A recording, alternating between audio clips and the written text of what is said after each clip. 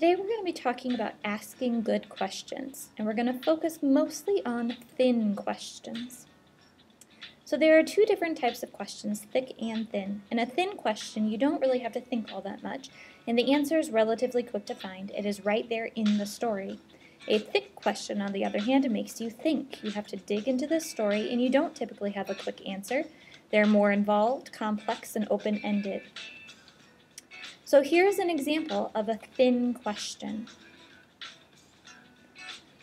The question, what time period is the book set in, is a thin question because notice the answer is quick and easy to find. It's a one-word answer. With the thin question, it may have a yes or no answer. You tend to find it easily in the story. It just asks for one specific detail. Sometimes it's even as simple as one single word. There's really only one answer, one opinion possible. There's nothing to agree or disagree about. The text will tell you right what that answer is. So if you take the time to go back into the story, you can find the answer. Typically, it asks something that isn't super important to the story. You don't have to do a lot of analysis or looking. It doesn't really help people to understand the book better. This says that you don't have to go back into the book, but best practice is that you would go back to double check your answer, although you might think that you remember the answer off the top of your head.